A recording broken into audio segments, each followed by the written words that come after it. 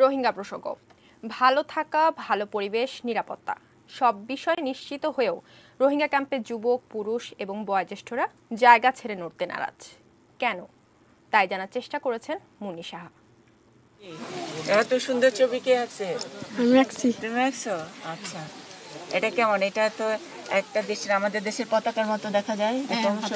হ্যাঁ, কোন দেশের পতাকা এটা? বাংলাদেশে। তোমাদের দেশ কোনটা? আমাদের দেশ বাংলাদেশে।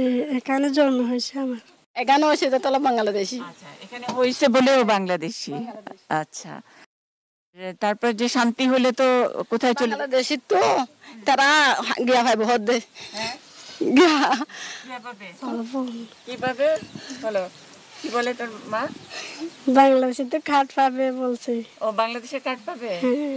তা তোমার ভালো লাগে? তোমার মা তো হলো বর্মার, তোমার মা বাবা সব। আমরা দেশে হয়েছি, তাহলে আমাকে বর্মা নিয়ে যাবে। বর্মা নিয়ে যাবে?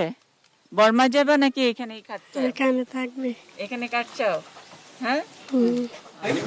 রুবিনার মতো অনেকেই মনে করে এই দেশটা তাদের দেশ, আবার মা বাবার সাথে নিজের দেশ মিয়ানমার বা তাদের ভাষায় বর্মায়ও ফিরতে চায় তারা। তোমার দেশ কোনটা তাহলে? আমার দেশ বলো বলো। বর্মা। দেশ কোনটা? বর্মা। বর্মা। কবে এসো তুমি এখানে? আসতে 9 বছর। 1978 সাল থেকে এদেশে আসা রোহিঙ্গাদেরকে বেশ কবারই দুদেশ সমঝোতা করে ফেরত পাঠিয়েছে। তলে তলে আবারও তারা সীমান্ত পার হয়ে আশ্রয় নিয়েছে ক্যাম্পে।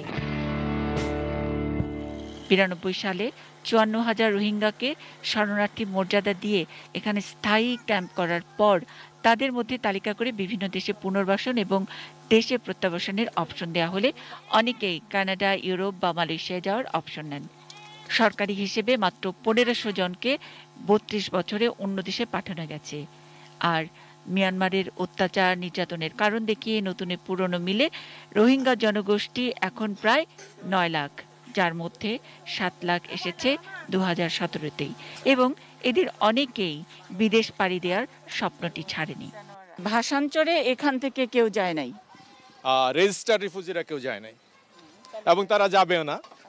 তাদের সাথে কথা বলা হয়েছে, তারা বলছে যে তাদের রিসেটেলমেন্ট অন্য দেশে যাবে, কিন্তু তারা ভাষাঞ্চরে যাবে না। কেন রিসেটেলমেন্টের কথা বলে, কেন রিপ্যাট্রিয়েশনের কথা বলে না? কারণ হলো প্রথমেই যাদেরকে সুযোগ দেওয়া হয়েছিল তখন তারা রিপ্যাট্রিয়েশনটাকে তারা গ্রহণ করে নাই। যারা গ্রহণ করছে তারা মায়ানমারে ফেরত গেছিল, এরা তখনই তারা করছে, এটাকে প্রতিবাদ করছে, তারা এখানে থেকে গেছে, তারা ওই জায়গায় ফেরত যাবে না। নতুন পুরানি বিশেলে রোহিঙ্গা ক্যাম্পে কারো শরণার্থী কার্ড আছে, কারণেই যে যেমনই আছেন বা থাকেন না কেন কোনো অবস্থাতেই এখান থেকে কোথাও যেতে নারাজ। না যাইও, না যাই ডাঙ্গা চলব না, না হতে আর তো বর্মা যাই আর ডাঙ্গা চল খেতাম।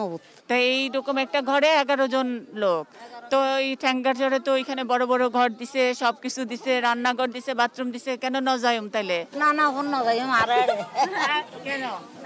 না না এখানে ভালো লাগে না, এখানে ভালো লাগে। এখানে তো আপনারা জানি না, সেখানে ভালো লাগে না, এখানে ভালো লাগে। আর দেশে তো আরা যাইন দে, আর টাঙ্গাস না দেই, আর দেশে আরা যাইন দে। ঠ্যাঙ্গাচর ভালো লাগে না? ঠ্যাঙ্গাচর গেছিলেন কখনো? হ্যাঁ, আরা ন যাই। যাদ দি তারা বালা ফাইলে তারা যোগ্য, আরা তো বালা নলাইবো, তালা ন যাই দি। আপনারা কই যাবেন তাইলে? আরা এর থাকিম দে। এখানেই থাকবেন? এর মধ্যে বাচ্চারা স্কুলে যাইবো না, পড়বো না, আপনার চিকিৎসা হইব না? বেকি নইব রে। এ নেব।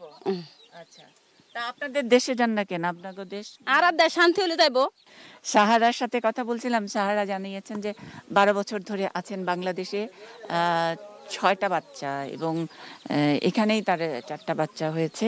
এইরকম এটি রান্নাঘর, ওই পাশে তার মুরগি পোষা প্রাণী রাখে, এবং ছোট্ট এই ঘরেই এই 6 জনের তাদের বাস। এটা ছেড়ে তারা যাবেন না, ঠ্যাঙ্গারচর যাবেন না।